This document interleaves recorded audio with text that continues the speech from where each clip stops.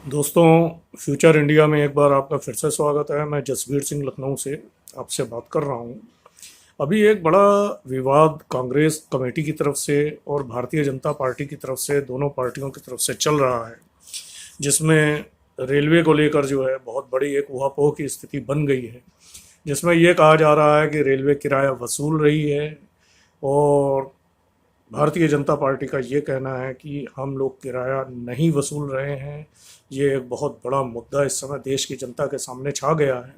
तो लिहाजा जब मैंने अपनी जानकारी निकाली है तो आपको वो फैक्ट बता रहा हूँ जो 1 मई को भारत सरकार के जो पेपरों में निकला और जो भारत सरकार ने संबोधित किया। वो क्या है उसे आप ज़रा ध्यान से सुन लीजिए कि लॉकडाउन में फंसे लोगों को उनके गृह राज्य तक पहुंचाने के लिए जो भारत सरकार मोदी जी के द्वारा ट्रेनों को चलाने की इजाज़त दी गई, इसमें जो है रेल मंत्रालय ने श्रमिक स्पेशल ट्रेन चलाए जाने का ऐलान किया है। और ये कहा गया कि अब इन ट्रेनों में किराया जो लगेगा उसकी जानकारी स्पष्ट रूप से बताई जा रही है कि रेलवे के जरिए लॉकडाउन में फंसे प्रवासी मजदूरों, तीर्थ यात्रियों, पर्यटकों, छात्रों तथा अन्य व्यक्तियों को लाने ले जाने के लिए 1 मई मतलब 1 मई से श्रमिक स्पेशल ट्रेन चलाने का फैसला भारत सरकार द्वारा अपने रेलवे मंत्रालय को दिया गया, जिसे रेलवे मंत्रालय ने एक्सेप्ट किया। और एक्सेप्ट करने के बाद ये घोषणा करी कि श्रमिक स्पेशल ट्रेन में स्लीपर मेल एक्सप्रेस ट्रेनों के किराए के साथ सुपर फास्ट चार्ज 30 रुपये और अतिरिक्त शुल्क के तौर पर 20 रुपये प्रत्येक व्यक्ति से वसूले जाएंगे। भारतीय रेलवे के अनुसार इस किराए में लंबी दूरी की ट्रेनों में मुफ्त भोजन और पीने का पानी शामिल है। वहीं यात्रियों को रेलवे से कुछ भी खरीदने की जरूरत नहीं है, जैसा कि जो है रेलवे बता रही है। राज्य सरकार उनकी ओर से जारी समन्वय समिति की तरफ से जो बताया गया कि रेलवे ने 6 श्रमिक स्पेशल ट्रेनें चलाई हैं। इसमें लिंगमपल्ली से हटिया, अलुआ से भुवनेश्वर, नासिक से भोपाल, जयपुर से पटना, नासिक से लखनऊ और कोटा से हटिया के लिए श्रमिक स्पेशल ट्रेनें चलाई गई हैं।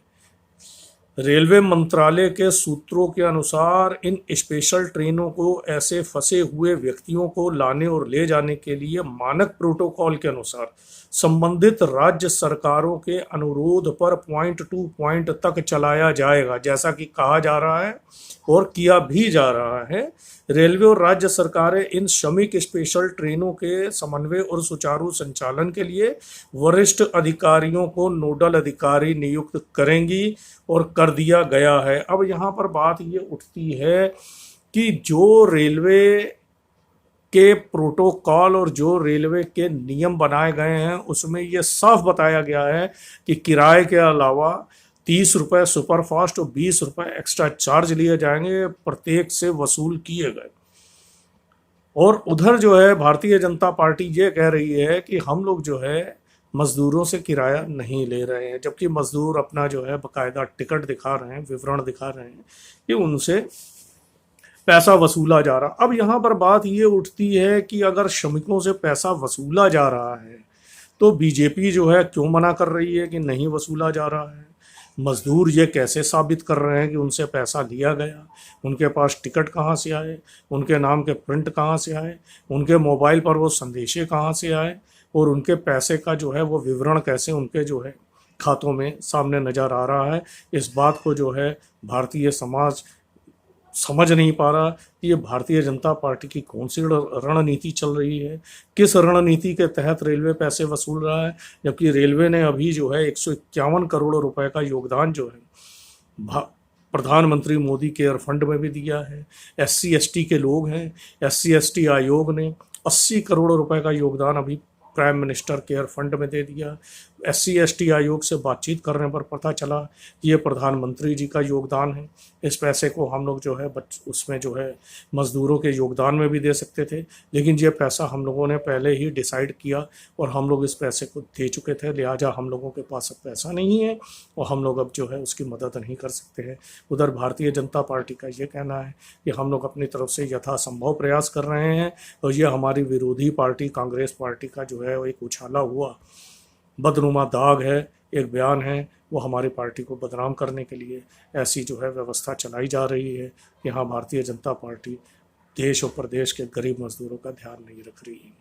लिहाजा सोनिया गांधी ने इस पर एक बहुत बड़ा बयान दिया है और बयान देकर ये कहा है कि यदि आप फ्री में बाहर विदेशों से लोगों को आप लेकर आ सकते हैं तो क्यों नहीं आप मजदूरों के लिए फ्री में जो है रेलगाड़ी चला सकते हैं।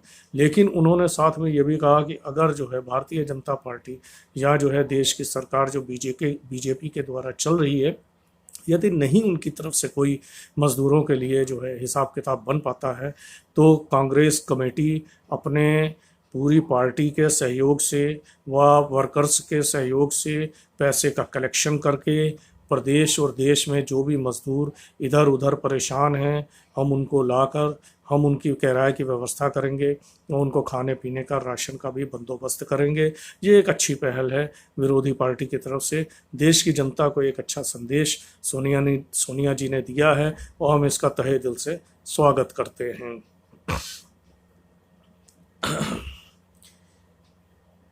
पूरे देश में आपको ये बता दें कि हवाई हेलीकॉप्टर से फूल बरसाने का खर्चा जो है 750 करोड़ आया है। ये अभी तक शायद किसी ने कैलकुलेट नहीं किया है, ये हमारा अपना कैलकुलेशन है कि पूरे देश में यही अगर जो है गरीब मज़दूरों के लिए 750 करोड़ का जो है खर्चा कर दिया जाता, कुछ डॉक्टर्स को जो है मदद कर दी जाती, कुछ सिस्टर्स को जो घर से बाहर रहती हैं 24-24 घंटे घर नहीं पहुंच पाती हैं, अगर यही पैसा उनकी मदद के लिए दे दिया जाता, गरीब मज़दूरों को पेट भरने के लिए राशन दिया जाता, गरीब मज़दूरों को आने जाने के लिए किराए के लिए दिया जाता। बहरहाल मेरे कहने का मतलब ये 750 करोड़ से देश की एक अर्थव्यवस्था में बहुत अच्छा सुधार गरीबों के लिए किया जा सकता था, जो कि केवल फूल बरसा कर और खर्च कर दिया गया। ये मेरा एक अनुमान है कि 750 करोड़ है, ये कम भी हो सकता है और ज़्यादा भी हो सकता है और कुछ भी नहीं हो सकता है। हो सकता है कि फ्री में ही ये सारे जो है काम हुए हों। बहरहाल सरकार बीजेपी की है, ये कैसे मैनेज किया ये हमें नहीं पता है, लेकिन एक आकलन के अनुसार करीब 750 करोड़ रुपया इसमें नया लगा है और नए संसद भवन के निर्माण की लागत में 20,000 करोड़ रुपया लग रहा है। ये भी आपकी जानकारी में डाल दो। तो लिहाजा मैं ये कहना चाह रहा हूँ कि जब देश इस समय आपातकाल की परिस्थितियों में चल रहा है और पुरानी संसद भवन मौजूद है जो कि एक अरसे से चली आ रही है, 70 साल तक कांग्रेस ने भी उसी जो है संसद भवन में जो है अपने क्रियाकलाप और कार्य प्रणाली चलाई है, वो आज भी बिल्कुल नई और जो है बेहतरीन अवस्था में मौजूद है। तो 20,000 करोड़ रुपए का एक खर्च मोदी जी को सोच समझ के करना चाहिए। ये हमारी अपनी राय है, हम ये नहीं कहते हैं कि आप ना करिए, लेकिन यदि अगर आपके पास सरप्लस में अमाउंट है तो आप इसको करिए, इसे हमें रोकने का कोई अधिकार नहीं है। लेकिन हम एक बार आवाज़ उठा के ज़रूर ये कहेंगे कि 20,000 करोड़ रुपए की रकम इस समय जबकि देश विषम परिस्थितियों के दौर से गुजर रहा है, ये एक बड़ी रकम है और इस कार्य को इस समय रोक देना चाहिए। और ये जो पैसा अनाप शनाप लग रहा है इसको रोक कर अभी आप पुरानी संसद भवन से कार्य चलाएं और जो है देश को एक नया संदेश दें कि आप देश हित में जो काम कर रहे हैं। मैं साथ में पीएम जी से ये भी कहना चाहूँगा कि पीएम केयर फंड का जो भी पैसा आपके पास इकट्ठा हुआ है कृपया उसे नेक कार्यों में लगाएं और उसका जो है हिसाब जनता को भी प्रोवाइड कराएं कि हाँ आपने इस पैसे से एक अच्छे और नेक काम किए। उधर बिहार में आरजेडी अध्यक्ष तेजस्वी यादव जी ने भी एक अच्छा काम घोषणा करी है।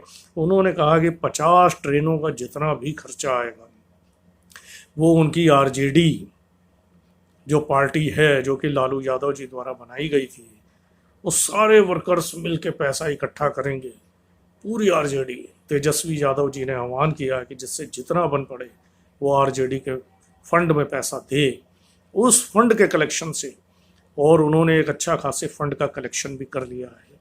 जो बात से पता चलता है वो ये कि एक मोटा फंड का जो है कलेक्शन किया गया है। उन्होंने घोषणा करी है कि हम लोग 50 ट्रेनों का किराया, जबकि एक ट्रेन का किराया लगभग 10 लाख रुपए बैठता है। उन्होंने कहा कि हिंदुस्तान में कहीं भी अगर जो है मज़दूर फंसे हुए हैं, यदि हमसे संपर्क करते हैं, और इसके लिए वो एक ऐप भी जारी करने जा रहे हैं जैसा बातचीत में पता चला है। उन्होंने कहा कि हम जो है ऐप देने जा रहे हैं, उसकी तैयारी चल रही है। वो ऐप बहुत जल्दी हम उसको जो है निकाल देंगे, लोगों की जानकारी में आएगा और उस पर आप अपनी जो है जानकारियाँ डालिए और जानकारियाँ डालने के बाद आप जो है कहीं भी आना जाना है, आपको खाना, रहना और ट्रेन का पूरा किराया आपको फ्री मिलेगा और आपके घर तक आपको पहुंचाया जाएगा। और यहाँ तक भी कहा है कि एक एक महीने का राशन, अगर बिहार के जो भी मज़दूर बिहार में आएंगे उनको 2-2 हज़ार रुपये और एक एक महीने का राशन तेजस्वी जी अपने आँखों के सामने बंटवाएंगे। ये एक बहुत अच्छी पहल है, बहुत अच्छी शुरुआत है।